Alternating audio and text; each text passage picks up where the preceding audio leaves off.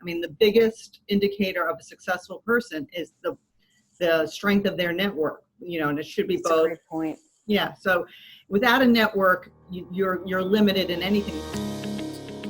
Hi, I'm Deirdre Breckenridge. I've spent my entire career helping women to get unstuck, to share their stories, nurture relationships, and to grow their brands. But most of all, to find their voices so they can make a difference. Women Worldwide features the stories of passionate women and the ups and downs of their journeys. With deep insight and advice, let Women Worldwide ignite your passion so you can excel in life. Hi, everyone. Welcome to another episode of Women Worldwide. Thanks so much for showing up and for listening. And maybe you're watching on YouTube, you're sharing. So we know you're caring and you're helping to grow our network. And we really appreciate it. You're letting us know that our guests are sharing really helpful advice and actionable tips. And that's helping you to fuel your passion and to power up your own voice. Our goal has always been to create impact and make a difference every story one at a time. And speaking of stories, I've got a great guest today. So we're going to dive into our topic, which is reaching your full potential. So I ask you, are you reaching your full potential? Do you even know what that means? Is reaching full potential something that's maybe you're thinking about and it's in your distant future? Well, I've got a guest today, Sheila Murphy, who is joining me on the show, and I'll share a little bit about Sheila. She spent a really long time in corporate America. She was a senior legal counsel at a Fortune 50 company. Talk about high pressure woman in business. Sheila was training teams, building leaders and strong talent. And she also, over her career, knew what clients were looking for in their lawyers and their law firms. Now, today, Sheila is a coach and a career consultant. She specializes in working with lawyers and firms to help them reach their full potential, meaning building a book of business, developing their networks, and their reputations. Sheila is also the founder of Focus Forward, LLC, and she's here to share her story with you. So Sheila, welcome. It's great to have you on the show. Oh, I'm so thrilled to be here. Well, we're thrilled to have you. And let's start with, I mentioned that you spent a lot of time as a senior legal counsel. How do you get from corporate America, Fortune 50, to what you're doing today? As you mentioned, I spent a lot of time in a Fortune 50 company in a senior role. And while I was there, I realized that I was not being challenged anymore. And part of one of my core beliefs is that you always have to learn and challenge yourself to get to that next level. And I found myself stagnating a little bit. So I started to think about what I wanted to do next in my career.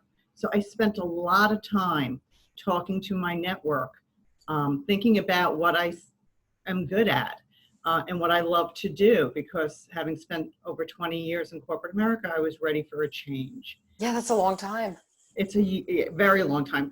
And making transitions or switches like this don't happen overnight. And I think that's sometimes one of the mistakes people make when they're thinking about a transition, is not taking the time to sort of do the homework in terms of how to best switch over. So, and in doing the self-awareness and talking to people, I realized if you look at the core of my being and my purpose, it was to help people develop and empower and educate them to reach their full potential, whatever that was.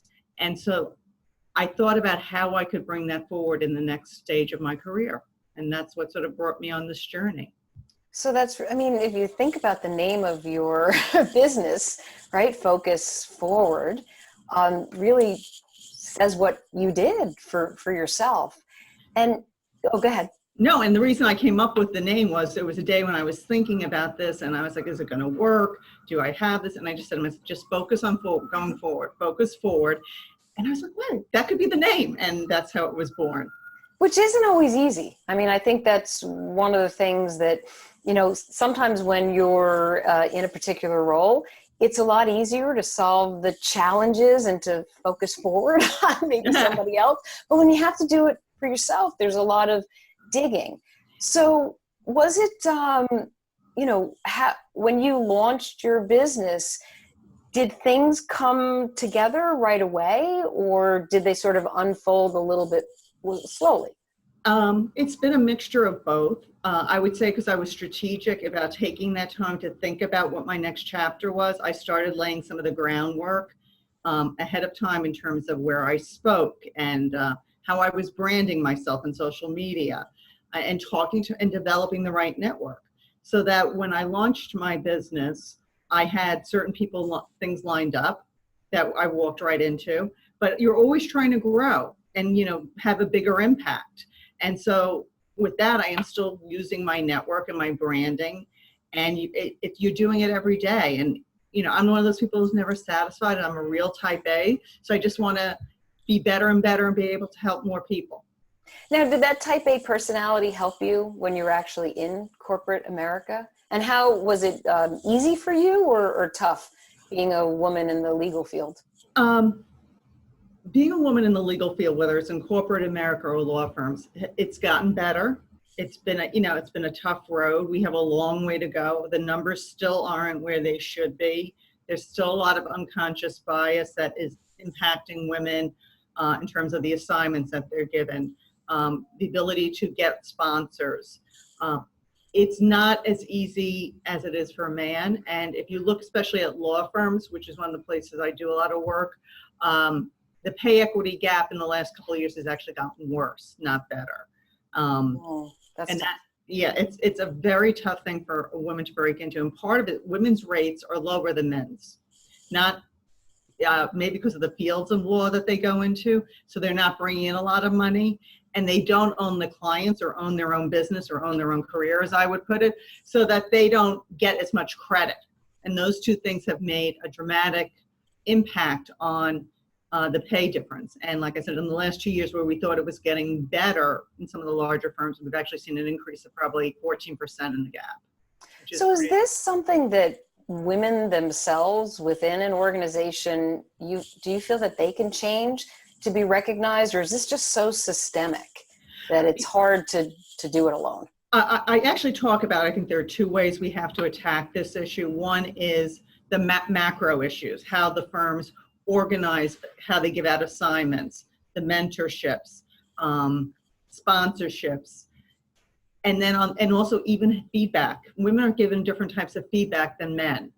It's not as specific and it's less actionable, so it actually hurts you in moving forward. And also the words that are in reviews, we've seen there's some evidence that the words are a little softer. So when two people are up for promotion and you look at the words, it seems like the guy's done a lot more than the woman. So these are things that can be hit on a macro level, both at law firms and probably in corporate America overall. Sure. And then on the other side, what you have are some micro things, which is where I try to help women in terms of individual coaching, is a lot of times we don't want to sell ourselves. We like to stay behind the desk and do our work, and we don't get out and get known and do the branding and the networking that is so critical, whether you are in corporate America or a law firm, for success. I mean, the biggest indicator of a successful person is the strength of their network, and it should be both. That's a great point. Yeah. So without a network, you're limited in anything. And if you just think of yourself as a legal technician or a financial technician or whatever your field is, and you're not building that network, you're already putting your guideposts around your career so that you won't get outside those. Right. I just want you to back up. You mentioned a mentor versus a sponsor. Mm-hmm. So can you clarify the difference between the two, just for folks who are listening or watching? Okay. A mentor is someone who you go to and say, we're going to, will you be my mentor? And you get advice. And sometimes it's not, the words aren't said. A sponsor is someone who is going to move your career forward. They are someone who's going to speak for you when you're not in the room. They're going to put you up for opportunities. They are going to put your name in when there's a promotion. A mentor is going to give you some nice advice, and you may get some advice from a sponsor, Right. but they will put their own reputation on the line for you, which a mentor does not have to do. And the empirical evidence out there is that a sponsor is more impactful on women and people of color's careers than a mentor. Mentors are good to have, you should have them, but having a sponsor really propels your careers, and it's not something you can ask someone to be. I was just going to ask that question, Sheila. I was just going to say, how do you get a sponsor? Is it a stated, are you asking somebody?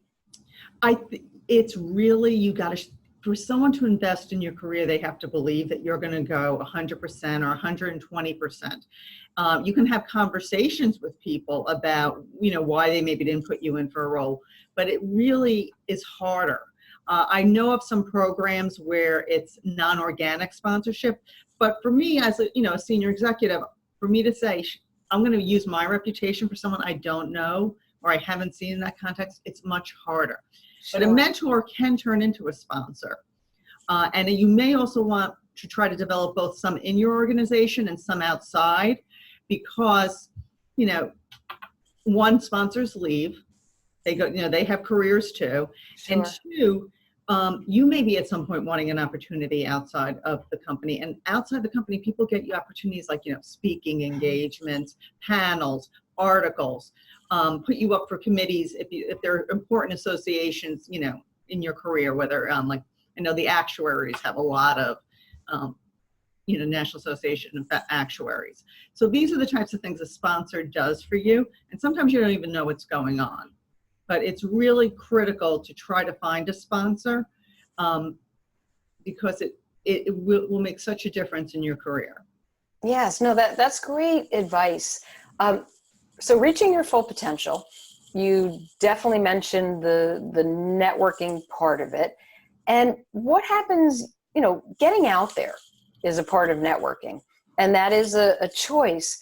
What would you say to somebody who is a little bit nervous or feels like they don't have the confidence to walk into the room for the type of networking that helps you to reach your full potential? It's just a meeting. It's just another human being. It's a conversation. Networking doesn't have to be that scary. And give yourself a small goal at an event, and then you'll see that it gets better and better. Or join, like I said, a professional organization and get on a committee and do some work. And then it maybe seem more natural to you. And networking isn't always like going to the big conferences. It is reaching out to someone for a cup of coffee to learn something more about the profession. Or though I have friends who hate the cup of coffee, or doing a virtual cup of coffee on the phone. Right, or Skype. Or Skype. It doesn't have to be a big thing. And it's maybe asking a friend, do you know someone who's sort of done this? And it's a 2-minute, like almost, I call them sort of touch point mentoring sessions, because that's all it is. But it really gets you out there and it starts it. And you realize, but networking isn't also about you. It's about giving value to the other person.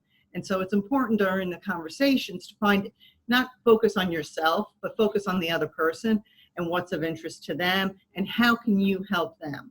I think always asking at the end if there, or telling someone, if there's anything I can ever do for you, please reach out. It's real. You want this to be beneficial. And if something comes up where you can help somebody else, maybe you went to a networking event and someone was talking about a trip to Italy, and you come home. You get on the computer and you see an article on this place in Italy that they're going, send them the article. It's really that, it's just being a human being. Right. Take that extra step to show that you listen, you care. Right. And it's not all about you, and you will be there for them. And you will find the more you're there for your network, the more they are there for you. Exactly. So, the other thing I wanted to ask you about, I had mentioned in your intro, building a book of business. If there is when you go out and network, a lot of folks are passing business cards and not taking that extra step. What are some of the steps that you mentioned, keeping in touch, as a mentor, sharing things. But if you're looking to build business with somebody, and it doesn't happen, sparks don't fly automatically the first time you meet, what can you do so that you can further the conversation and move toward a business relationship? Right. And I think, at least in the legal field, I'm aware that it takes 7 to 20 contacts to convert meeting someone into business. And that's a lot of contacts. That's a lot of contacts. I wonder if that goes across to different types of industries. I'm not sure, but so what I'm trying to say is it doesn't happen all the time, and people may not have a need. So I think it's really about trying to think of a way to stay in touch with someone and bring them value. So if you are going to be speaking at a panel, or you're aware of an event that might be beneficial, send them an invite. Keep notes on what your contacts, if you have a CRM, a client relationship manager, that is a great way to put in like things, so when you're talking to your contacts, you remember who said what their needs are and what they're thinking about, and try to meet those needs. And just, if something great happens, send them. If you're going to be someplace, send them an award. I also believe that as soon as you meet someone, you need to send them a LinkedIn invitation, personalized, right away, telling them why you enjoyed meeting them, referencing it, not just one of those generic ones that, fly off the shelf. And then I happen to be a LinkedIn junkie, I will admit it. And so when you see something on LinkedIn that they're posting, that something has happened to them, respond to it. If you're trying to, people want that affirmation. People like that. So if they're posting something that maybe is of interest, then that you could follow up with a note on LinkedIn or an email, that's a great way of keeping in touch. If they get an award, or they get a big decision, or they're published somewhere, respond, say something very personal. Don't just say congratulations, but maybe point out what you found helpful in it, or if it was an article. So it's about, trying to establish a relationship through social media, and then try to bring it in person. I've started doing Twittering before I tweeted. Sorry, I'm not tweeting. I call it Twitter, and my kids laugh at me. But I started doing that before tweeting. That's good. I'm tweeting before I launched the business, and I started doing it. And I've met people through Twitter that I didn't know at all, unlike most of my LinkedIn contacts. And I've started to develop relationships with them, and some of them have been very helpful to my career. I think Twitter also, LinkedIn, everybody knows it's business. Twitter, it's I see it as a lot of news. Right. Put that in quotes. But I also find that if you can carve out the noise on Twitter and get to the heart of the information that you want, the people you want to meet, you can definitely build a relationship that moves from your main Twitter feed over to DMs, to emails, to, I can't tell you how many people I've met in person because of Twitter. Right. And at least in the legal, there's a lady lawyer's diary, which has a lot of the issues that are relevant to women lawyers. And I'm sure there are probably similar groups for different professions. And finding those right groups that you can follow, I think is really, it's a value add. Sure. Do you think social media can help you reach your full potential? I do. I absolutely do. I think in some ways makes it easy. Some people may say it's harder because now you have so much time you're spending on it. But if you think about before social media, how you marketed yourself and how much time and effort that was. People had to see you at a conference. You had to get their name to put them on a mailing list. Here, if you send out a newsletter and you post it, or an article or a blog on LinkedIn, and somebody likes it who it shows up in someone else's feed. So it gets amplification, and it allows you to do some of the lighter touches without necessarily meeting in person. And so I do think it's very helpful in terms of career development. Does it replace totally face-to-face human contact? Absolutely not. But it's another tool in your arsenal when you're trying to figure out how you're going to move forward. I'm glad you said that, because face-to-face for me will always be the best. I think it's great that, I can see you as my guest on Women Worldwide, that we were able to do this on Zoom. But if we were in a studio together, it's so much better. But I'll take social media for all of the positives that it can bring. Certainly there are some negatives that go along with the territory as well. Yeah. So, you know what, Sheila, I'm going to just ask you to hold your thoughts for a second, and we're going to shift our focus over to the sponsor of today's show, which is Routledge Publishing, and Routledge is one of the leading publishers of academic textbooks and journals in the world. And they also happen to be the publisher of my book, Answers for Modern Communicators, A Guide to Effective Business Communication.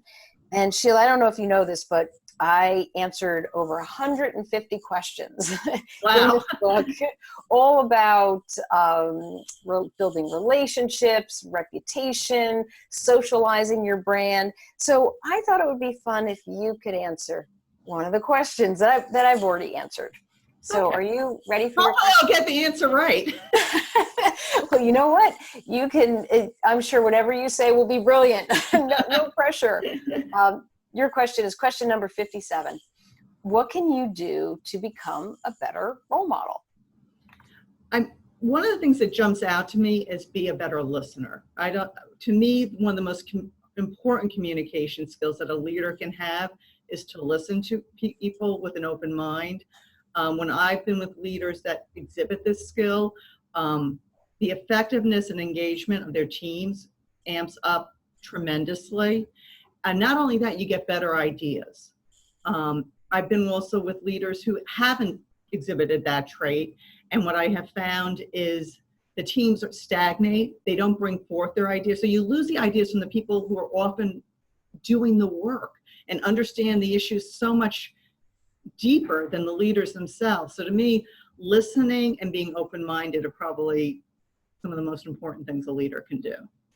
Excellent. Excellent answer. Thank you. I love that you said listening. That does help you to become a better role model. So thank you for answering, and thank you to Routledge for being our sponsor and for publishing my book. Okay, Sheila, we're going to dive back into our conversation. Okay. We talked a lot about the full potential, the networking, social media. Along the way, there have to be challenges. So I guess my question to you is, what were some of the challenges that you faced, maybe reaching your full potential, or even when you launched your business? Focus Forward. I would say, I'll talk about the business first. One is, it was, going from having an SVP title to being an entrepreneur. I did not realize how much I identified with the title and the role. And so that switch of having to be on my own, and even though I now have a CEO title, it doesn't quite have a little bit of panache. So that was an adjustment mentally. Mm-hmm. On a more mundane issue was for me as an entrepreneur was learning. I was blessed with a wonderful assistant for over 20 years. So learning how to do my own the financial aspect, the technical stuff, it was difficult. I would say in terms of corporate America, and this goes with what you were saying about communication, is being a better communicator with my team was something I always strived for. And certain blockers were now and then I thought they knew what was in my head, and they didn't. I assumed because we were working together that they understood what the goals and stuff were. So I really needed to take more time in setting things up and making sure we were all on the same pages, and that to make sure that I was, inspiring them to do the best work that they could do. That's my job as a leader. And I always strove for it, and you talk about reaching your full potential. To me, it's sort of an aspirational goal. You're never there. You're always working because there's always something you can do better. And there's always some other challenge you want to take on. And if not, why work? I mean, the beauty of work is to learn and improve and become a better person and human being. And You never want to stop that. never. Right. Always learning, always growing. So were there any skills that you didn't expect that you had to learn as an entrepreneur? How to post on a website. And some of the finance stuff. And, it's funny, I had talked about business development for years with the women that I was mentoring. And it's different when you do it. It's that time management is a big issue. As an entrepreneur, I could, I have a lot of ideas and a lot of things I want to do, and there's not enough hours in the day. They're just Never. So it's trying to set some boundaries because, you have to take care of yourself too. But time management and figuring out the best way to get things done and when you should be hiring someone or doing it yourself is, some of the things I've thought about a lot. Yeah, that's always a challenge. I find with entrepreneurs that we feel like, well, I could just knock that out in a second. Why would I have somebody else do it? But your time is so valuable. You want to be out there pitching your business, growing your brand. Some of the administrative tasks or things that somebody else could do, they should. And that helps to focus on what you need to focus on. And nothing takes a second, no matter what you think. I know. That's right. That's true. That is so true. Do you, when it comes to time management, I mean, as a busy entrepreneur, there's, like you said, there's always things, never enough hours in a day. We always want to do something else. How do you balance your free time, family time, relationships with your work world and owning a business? What I've been doing is blocking time. And sometimes I block more time than I actually take, but by blocking some time, whether it's to get to the gym, to see friends, to give me some time to think, because that's one of the things that I think people underestimate, whether you're in corporate America or elsewhere or an entrepreneur, is now and then you just need to sit and think and give yourself a pause so that the brain start putting some of the connections together for you and you become ineffective. So I've been trying to block more time for that type of activity. And while I may give up some of it, by blocking it, I end up with some at least. Yeah, no, I think that's really important. There's always so much going on in the external world, whether it's related to work or family or whatever's going on, that you need time just to sit with yourself, because that's when your brain relaxes, right? And you can be more creative. I often find that I'm like you, blocking chunks of time, even if I know something might take an hour, I take a little bit extra, because that breathing, it definitely helps. And you're more impactful and effective. I really believe it. And even when I was a manager and a leader, I used to now and then tell people, go for a walk. Get out of Step here. away. You need to spend time with your family. You're not effective at this point. You need to get out of here. Right. Well, I notice, I've had many types of clients over the years, but if I were to look at the corporate clients, a lot of the executives that I've worked with, it's meeting to whether it's in the boardroom, to the phone, to run out, with so much of that going on every single hour on the hour, you're not stepping back and you're not letting things flow and you're not letting your innovation and creativity. No, and that's why I think it's just as important for them in the corporate world to do, because I know people, when I left, I was having 3 meetings sometimes scheduled at the same time, let alone back to back. Right. You can't absorb, you can't be prepared, you can't be your best person if that's how you're functioning. And exactly. Are there any, from the time that you were senior legal counsel, switching over to entrepreneur and running your business now, any big, I don't know, I'll call them either an aha moment where like something just clicked, or an, uh-oh, boy, I wish that didn't happen, but wow, I learned a lot from it. Anything stand out in your mind? More of a positive aha about how much I love what I was doing. And it was with a client, and I was just in my natural stride, and they were getting value from it. And I was like, wow, I know I spent some time thinking about it and taking a risk, but this was worth it. And I am so happy. And I don't want to say complete, because I don't think we're ever complete, but at that moment, I almost felt, wow, if I could just do this constantly, I would be so happy. So what do you think stops people from feeling that way? I mean, that is just such an important moment that says, I'm in my stride, I'm doing what I love, I've found my purpose. you help people, you're a coach, you're a career consultant. What stops someone from coming to see you or even realizing that they are not reaching their full potential?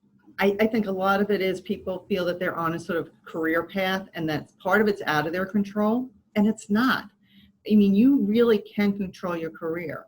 And we talked about, full potential isn't about money or position. It's about finding the place that makes you your best self and your happiest. And so part of seeing a coach is actually exploring that and being honest with yourself, and then dealing with what I would call the saboteurs, that maybe those little voices in your head that are telling you, don't do it, stay safe, stay in this position, don't do any risk. There's just a ton of other options out there. And people also undervalue the skills that they've developed as a technician and whatever their roles are, and how many of them can be transferable. And I think that people just need to know and then take the time, because whenever I've spoken to someone who's done this type of leap, I've never really heard anyone say they regret it. Right. So it's really about what makes you happy. And it doesn't matter that Joe or Jane wants to be, have their name on the law firm door. If that's not right for you, then it's not right for you. And while I do a lot with lawyers and law firms, a lot of the counseling and talking to people is this the right profession, or is this the right firm? Because you're not, unless the culture matches up with you, you're not going to be your best self. And even when I was in corporate America, I had those conversations with someone who was like crying with me in the office. And I'm like, you're in the office way too much to be this upset. And I'm not saying that corporate America isn't right for you, but right now the organization that you're in is not the right organization for you. And it takes time, and you don't know what the other side is. So I think part of it is fear too, but it's working people through that fear. When somebody hears that, is that a shock to them, or do they, if they're crying to you and you then say, maybe this isn't right for you, is that a shock as, no, that's not it, or, hey, maybe you're right? Well, I've had two reactions. One, which is, well, what am I going to do? I'm sort of stuck. Like the idea that they don't control and that they can't make the investment in the career. And it may not happen overnight. It may be exploring, building other skills, talking to your network. And then the other reaction I've had from someone said to me, you know what, that was like that moment where it was an epiphany for me when you said that to me, like, why am I doing this? And why don't I do something different? And that person actually took a break and then came back. So I've had both reactions. But if you get that sort of conversation with anyone, and you don't have to be crying to have that conversation, I've had with people who are just, it's clear that they're unhappy. Think about whether or not it is time for a switch and what it would take. Because, we spend so many hours at the office or at home working if you're an entrepreneur or wherever you work, that to be that unhappy is just, it's not worth it. And it takes such a toll on your physical and your mental health that you need to get out. Yes. What about, so making that change is definitely stepping out of your comfort zone. And for younger professionals, I think seasoned professionals step out, and even though it's uncomfortable, they still find their way. But as a young professional, how would you know the difference between this feels really uncomfortable, but I'm headed in the right direction, which most seasoned professionals would know, and oh my gosh, this is not good. This feeling is just not the way to go. What I would recommend to someone who's earlier in their career is start talking to other people, and this, people who've either gone to where they think they want to go, and that might be the right career path, as to what the journey is like. Talk to their peers, what I call a personal board of directors, someone who will tell you the honest truth. I have had a friend say, this is not the right role for you. And I've had a friend say, I don't understand why you're not going for this. Both were valuable advice. And so I think you need to, sometimes we're so close to it internally that having an outside view or opinion as to what it's like is so helpful. But make sure it's someone you trust before you have those conversations. Did this help you, the outside voices, the trusted members of your network, or maybe your mentors? Did this help you to shape your brand in a way that maybe you would not have done on your own? Absolutely. I've had so many people say to me, you know what, I think this would be really good for you. But I might focus on this, and this is what I think is valuable in what you bring to the table. It's different than anybody else.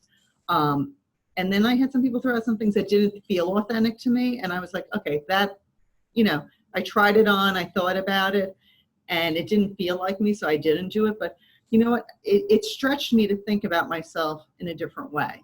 And I think you need to do that, because now and then we sort of limit ourselves. Right.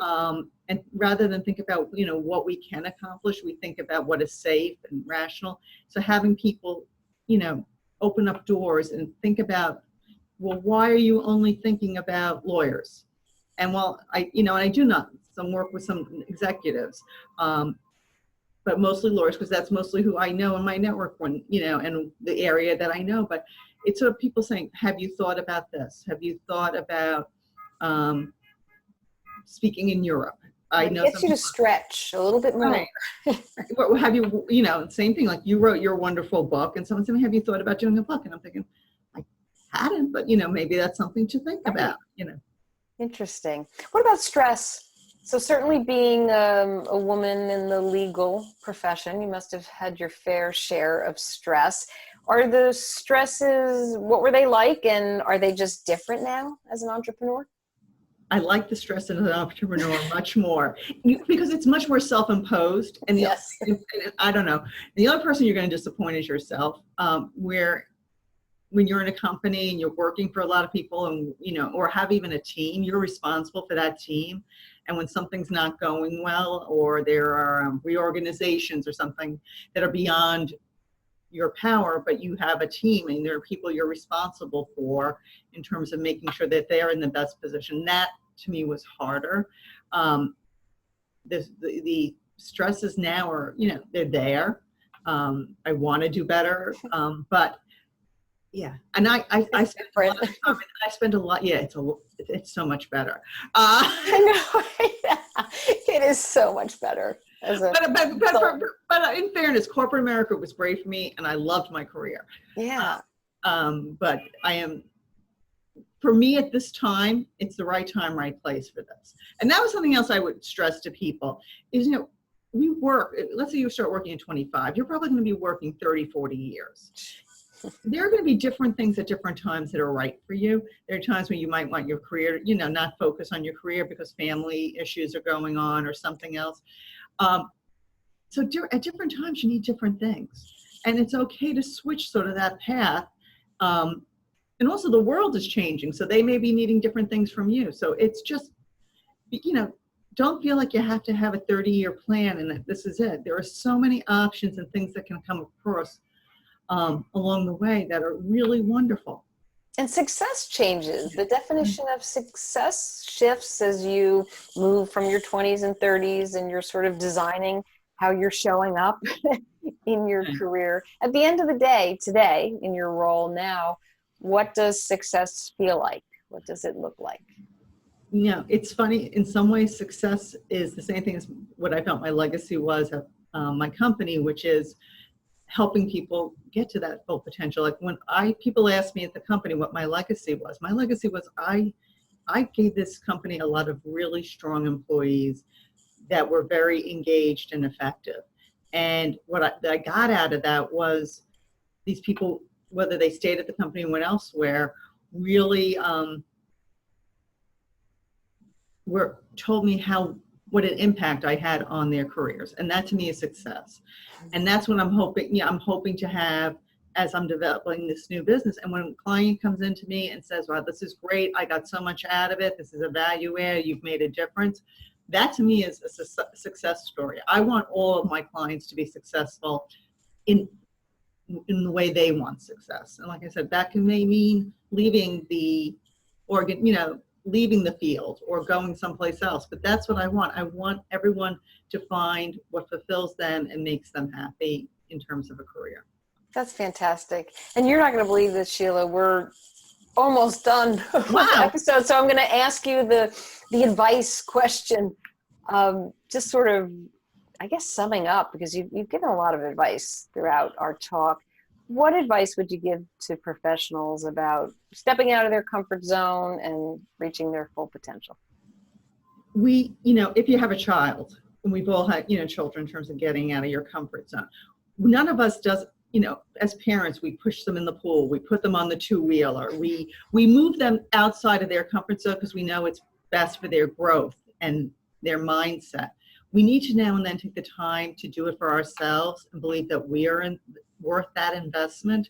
So take the time, believe in yourself, and your dreams can come true. You can have a happier, more fulfilled career. Excellent advice. Okay, last question, super easy. Where can people find out more about you and your work? I am on LinkedIn, Sheila Murphy.